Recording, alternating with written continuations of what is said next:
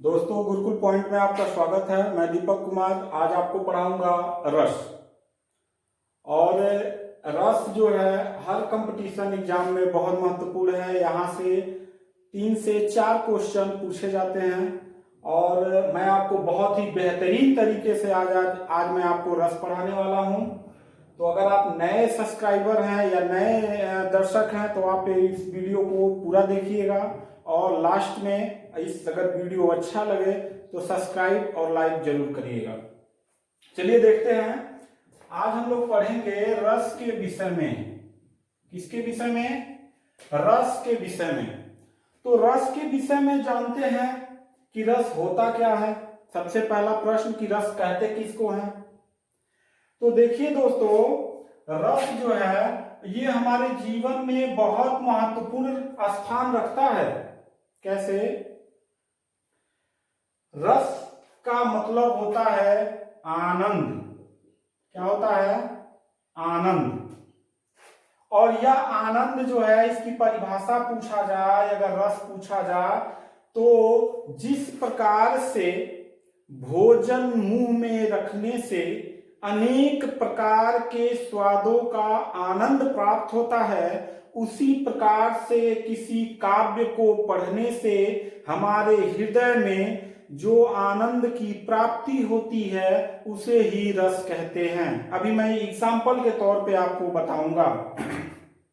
तो आनंद की प्राप्ति होना क्या कहलाता है बाबू? रस कहलाता है। क्या कहलाता है? रस कहलाता है। हमारे हृदय में कोई काव्य पढ़ रहे हैं या सुन रहे हैं, उसको सुन के हृदय में जो आनंद की प्राप्ति होता है उसे ही क्या कहते हैं? रस कहते हैं। जैसे मैं आपसे कह दूं कि कोई गीत हो, संगीत हो, ठीक है, या कोई काव्य हो, इन सब को पढ़ने से, सुनने से हमारे हृदय में जो आनंद प्राप्त होता है उसे ही रस कहते हैं। जैसे मैं आपसे कह दूं कि वीर तुम बढ़े चलो, धीर तुम बढ़े चलो, सामने पहाड़ हो, सिंध की दहाड़ हो। तो इससे क्या स्पष्ट होता है कि कहीं कहीं हमारे हृदय में वीरता का भाव आता है तो वीर रस हो जाएगा।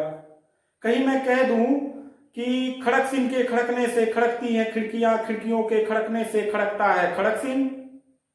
तो इससे क्या भाव आ रहा है? हास्य का भाव आ रहा है, यानी हंसी का भाव आ रहा है। मैं आपसे कह दूं चंदू के चाचा ने चंदू की चाची को चांदनी चौक पे चांदनी रात में चांदी की चम्मच से चटनी चटाई। अब ये सब पढ़ने से क्या हो रहा है? हंसी आ रहा है। मैं आपसे कह कोई गीत, कोई संगीत है, कोई गा रहा है, उससे पढ़ के हृदय में क्या हो रहा है? आनंद की प्राप्ति हो रही है। वही आनंद क्या कहलाता है? रस कहलाता है। इतनी बात समझ में आ गई? चलिए अब देखते हैं। तो इतना तो हम जान लिए कि जिस प्रकार से भोजन को मुख में रखने से अनेक प्रकार के स्वादों का आनंद प्राप्त होता है, उसी प्रकार से काव्यों को पढ़ने से हमारे हृदय में जो आनंद प्राप्त होता है उसको हम क्या कहते हैं? रस कहते हैं। चलिए अब देखते हैं कि रस को सर्वप्रथम किसने परिभाषित किया। मैं आपको एक बहुत छोटा सा ट्रिक दूंगा, जितने रस होंगे वो मात्र 2 मिनट में आप याद कर लेंगे। आगे आप देखते रहिए वीडियो। चलिए देखते हैं। तो रस की परिभाषा सर्वप्रथम भरत मुनि ने अपने नाट्य शास्त्र में किया था। नाट्य शास्त्र में किया था। प्रश्न बहुत इंपॉर्टेंट है, पूछा जाता है रस की सर्वप्रथम परिभाषा किसने दिया था? भरत मुनि ने दिया था। किसमें? नाट्य शास्त्र में दिया था। और अगर प्रश्न पूछ दे भरत मुनि के अनुसार रसों की संख्या कितनी थी, तो ये नाट्य शास्त्र के अनुसार रसों की संख्या मात्र 8 थी। यानी भरत मुनि ने सिर्फ 8 रसों को वर्णन किया था अपने नाट्य शास्त्र में, जबकि रसों की संख्या 11 है। 3 बाद में जोड़े गए हैं। चलिए आगे देखते हैं। तो नाट्य शास्त्र में उन्होंने एक सूत्र दिया था और वो सूत्र भरत मुनि ने नाट्य शास्त्र में यह दिया था, विभावानुभाव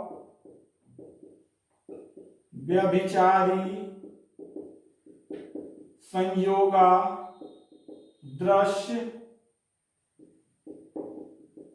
निष्पत्ति। ये इन्होंने एक सूत्र दिया था रस का, बहुत बड़ा नहीं है ये, घबराइएगा नहीं, बहुत छोटा सा है।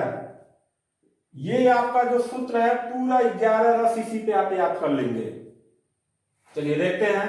तो नाट्य शास्त्र में भरत मुनि ने कहा विभावानुभाव व्यभिचारी संयोगा दृश्य निष्पत्ति। अगर आपको याद नहीं होता है टुकड़ा कर लीजिए, विभावानुभाव व्यभिचारी संयोगा दृश्य निष्पत्ति।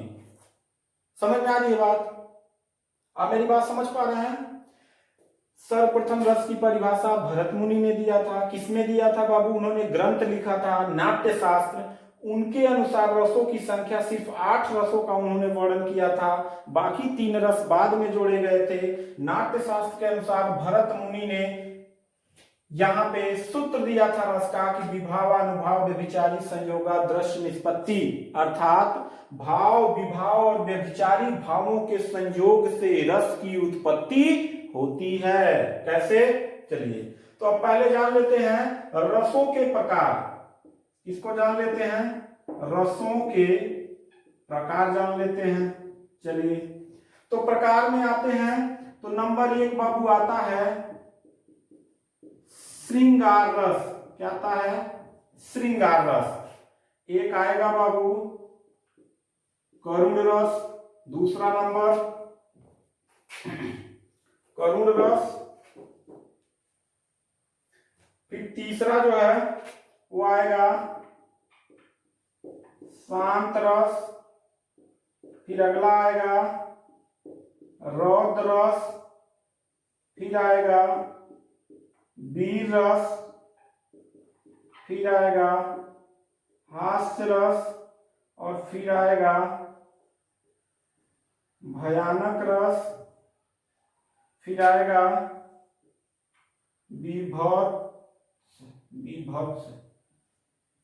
विभत्स रस। ठीक है, और ये कितने हो गए? 1 2 3 4 5 6 7 8। इन्हीं 8 रसों को सिर्फ वर्णन किया गया किसमें? नाट्य शास्त्र में। ठीक है, तो ये 8 हो गए। Number 1, number 2, 3 4 5 6 7 8। बात समझ रहे हैं? और बाकी जो रस थे, एक था अद्भुत रस।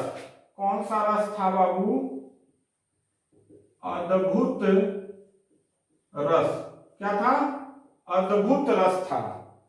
और एक बाबू था श्रृंगार रस से ही निकला था वात शल्य रस, और एक निकला था भक्ति रस। क्या निकला था? भक्ति रस। इतनी चीजें आपको जाननी ही जाननी है। अगर इतनी चीजें आप नहीं जानेंगे तो फिर ये सूत्र बेकार हो जाएगा, फिर रसों को याद करना आपके लिए बहुत ही जटिल हो जाएगा। तो देखते हैं सारे रस, इन रसों का एक अस्थाई भाव होता है।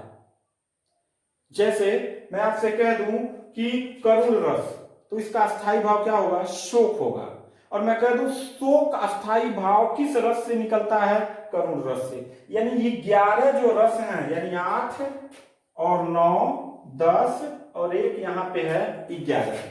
इनको ध्यान दीजिए कि जो 11 रस है 22 क्वेश्चन तो यही तैयार हो जाता है। कैसे? एक प्रश्न ऐसे पूछेगा श्रृंगार रस का अस्थाई भाव क्या है, ऐसे पूछे तो 11 का 11 प्रश्न पूछ दे। रौद्र रस का स्थायी भाव क्या है, हास्य रस का स्थायी भाव क्या है, और अगला उसी को अपोजिट कर दे, यानी कि आपको अस्थाई भाव दे दे और पूछते किस रस का है, तो 11 गुना 22 क्वेश्चन आपके यहीं से तैयार हो जाते हैं। क्या हो जाते हैं? 22 क्वेश्चन तैयार हो जाते हैं एक प्रकार का प्रश्न। दूसरा प्रकार का प्रश्न ऐसे पूछेगा कि ये तो एक प्रकार का प्रश्न हो गया। दूसरे प्रकार का प्रश्न ऐसे पूछेगा कि आपको इनका डिफिनेशन दे देगा, परिभाषा लिख देगा और दे देगा निम्न 4 विकल्पों में से कौन सा विकल्प इस परिभाषा का उदाहरण, किस रस का है उदाहरण। तो ये क्वेश्चन कितना हो गया? 11 क्वेश्चन ये, 11 क्वेश्चन ये, 11 प्लस 11 और 11 ये 33 हो गया। अगला प्रश्न, कभी कभी आपको कोई काव्य दे देगा और वह रस आपको पहचानना होगा कि कौन सा रस है। मेरी बात समझ रहे हैं? इस प्रकार से पूछेगा तो क्वेश्चन का मात्रा और बढ़ जाएगा। तो चलिए इसको जानते हैं। पहले श्रृंगार रस का स्थायी भाव होता है रति। रति मीन्स होता है आनंद, ठीक। फिर करुण रस का स्थायी भाव होता है बाबू शोक। क्या होता है? शोक मीन्स दुख होता है। शांत रस का स्थायी भाव होता है निर्वेद। निर्वेद, ठीक है। मैं अभी एक एक पे आपको पूरा व्यवस्थित बताऊंगा, लेकिन आप पहले ये जान लीजिए याद कैसे करेंगे।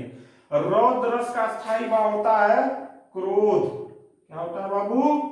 क्रोध होता है। और वीर रस का होता है उत्साह। क्या होता है? उत्साह। हास्य रस का क्या होता है? हास होता है। और भयानक रस का क्या होता है बाबू? भय होता है। और विभत्स रस का क्या होता है? जुगुप्सा होता है। क्या होता है? जुगुप्सा।